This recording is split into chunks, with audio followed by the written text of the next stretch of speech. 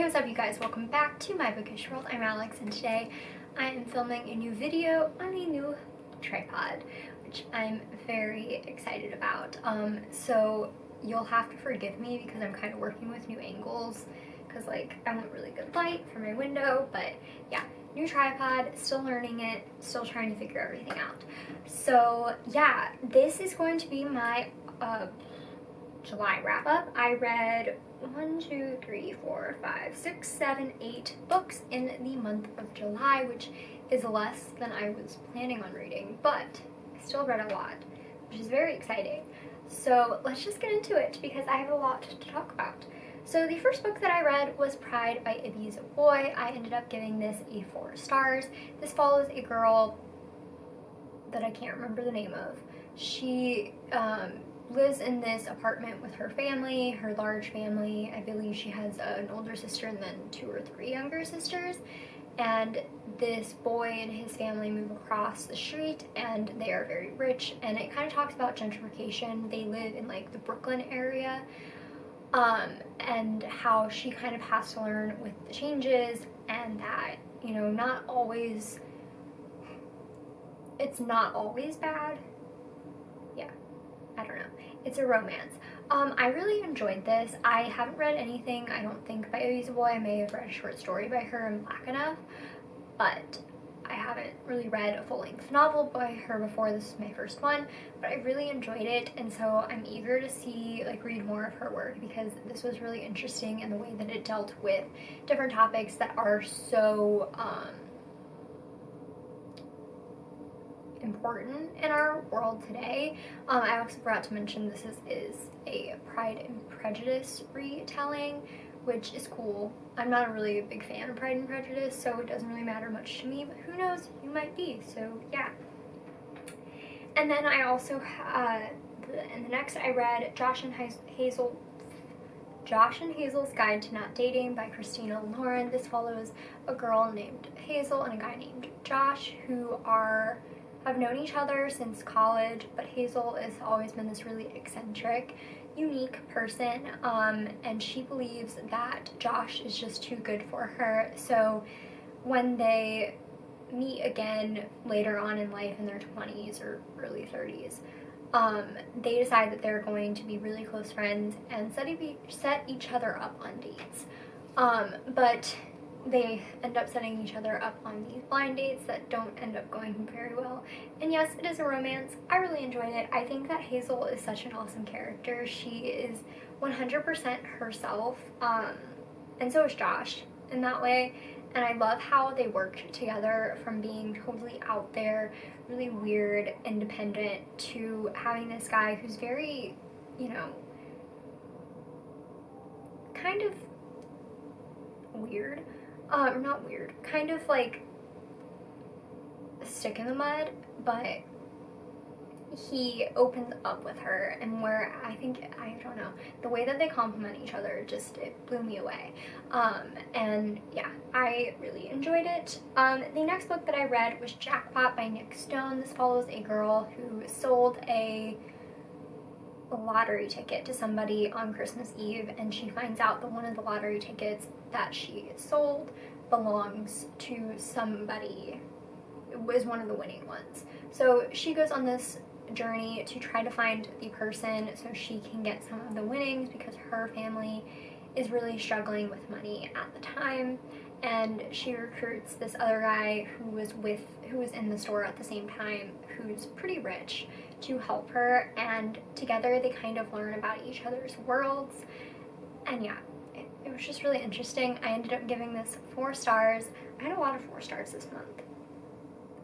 Yeah, literally all my books were 4 stars.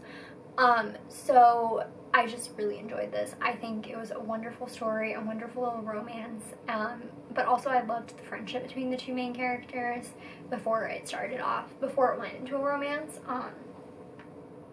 I think it's really interesting how Nick Stone explored 2 different types of worlds, kind of poor, but also pretty rich and has everything handed down to them, but also kind of the, I don't know what to say, the bad sides to both. but as well as the upsides to both, and I really enjoyed it, and I'm really excited to read more by Nick Stone. The next book that I read, I don't know why I didn't bring my water bottle over here. Sorry, if I die, and if I don't have corona, my voice just is dying because so many things. The next book I read was Sweet Filthy Boy by Christina Lauren. This is a series that they have that is full of like companion novels similar to their Beautiful Bastard series, but Sweet Filthy Boy follows this girl who I cannot remember the name of, who is basically on a trip after graduating college in Vegas with her two best friends, and they have one really crazy weekend together, and she ends up having a one-night stand with this boy and getting married to him. So instead of getting an annulment, they decide to live together in France together because he is from France, and see if they can make it work. And if they can't at the end of the summer, then they will go on with each other's lives and forget about it and get an annulment. But yeah, I gave this book 4 stars as well. I will say it is very smutty. Yeah, it's very smutty. But it's really interesting because the main character is this kind of like, she's somebody who definitely seems to like have some sort of anxiety and likes things to be a certain way and likes to plan, but this guy is very spontaneous and likes to do fun things and really opens up her mind. So it's one of those things that I really like about Christina Lauren's books, about how well the two main characters complement each other and kind of bring out the best in each other and help each other out. So yeah, I give this 4 stars. I'm excited to read more in this series. Yeah, I think it was great.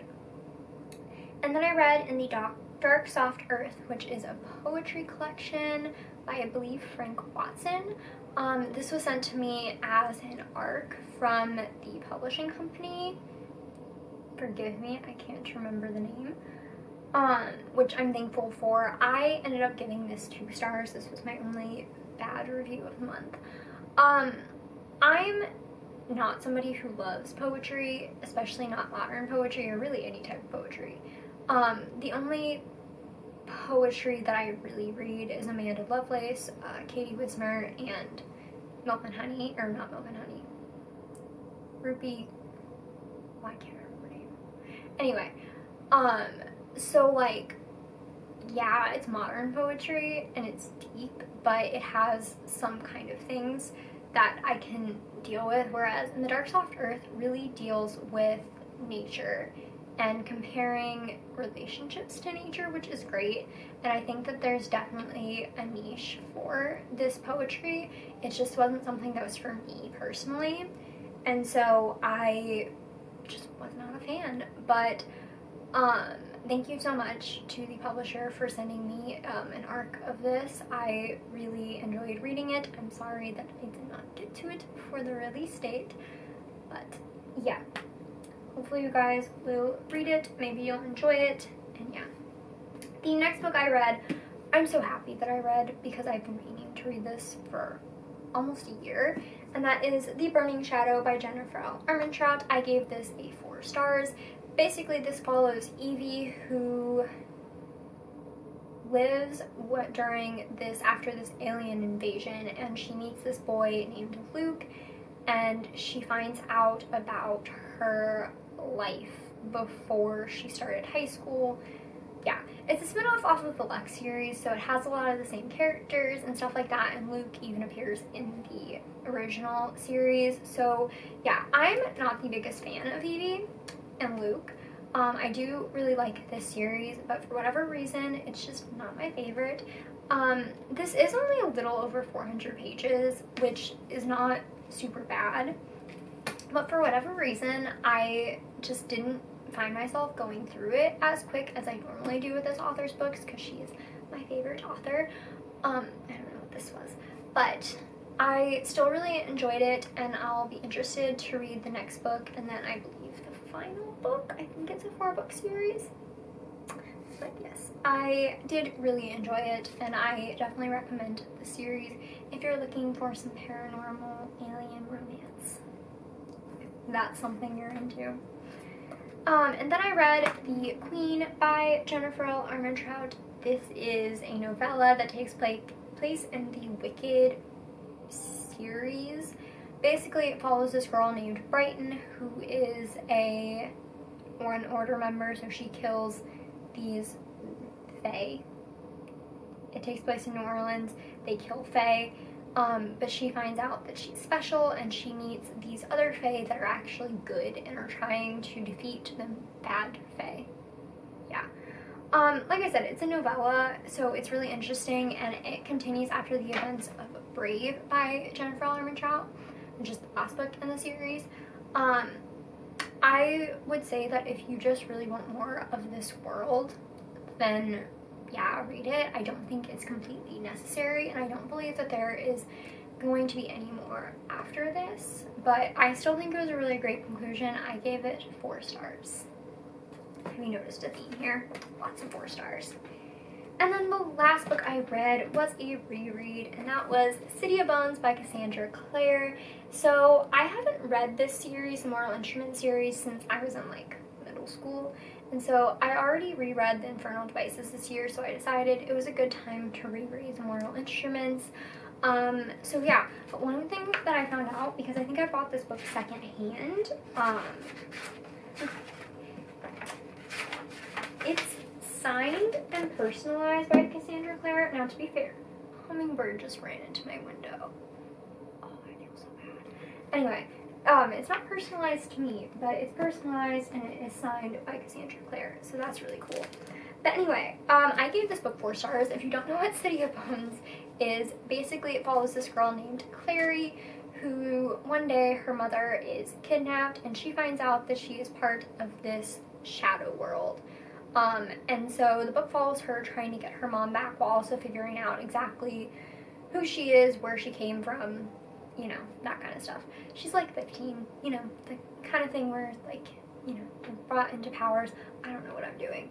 But anyway, I'm surprised if you don't know what the Mortal Instruments is about, because I feel like everybody's read it, or at least watched the movie or the show or heard about it. But anyway, I really enjoyed this book. It was definitely a lot slower than I remember it being when I read it when I was like 12. But I still really enjoyed the characters, and it's funny because there were so many things that I did not remember from this book, because the most recent things that I have seen for this story have been the movie and the TV show, and those did not follow the book completely. So it was really interesting to read this. I'm excited to read the next few books because I believe it gets a lot more interesting. After this is definitely the setup for the story, although that plot twist at the end of this, not excited to read that, more of that in the next book, because ew. And I forgot how gross it was, but yeah. The greenhouse scene, that greenhouse scene has my heart. It still does. So that's it for this video. Don't forget to comment, like, and subscribe. Follow all my social media down below. That's Twitter, Instagram, and Goodreads, as well as my book Sloth. I'm not wearing a necklace that I got from this company, but you can also use my code MyBookishWorld for 20% off your order at Classy Women Collection. The link and all that information will be in the bio, in my description, not my bio. And yeah, I will see you guys next time. Goodbye.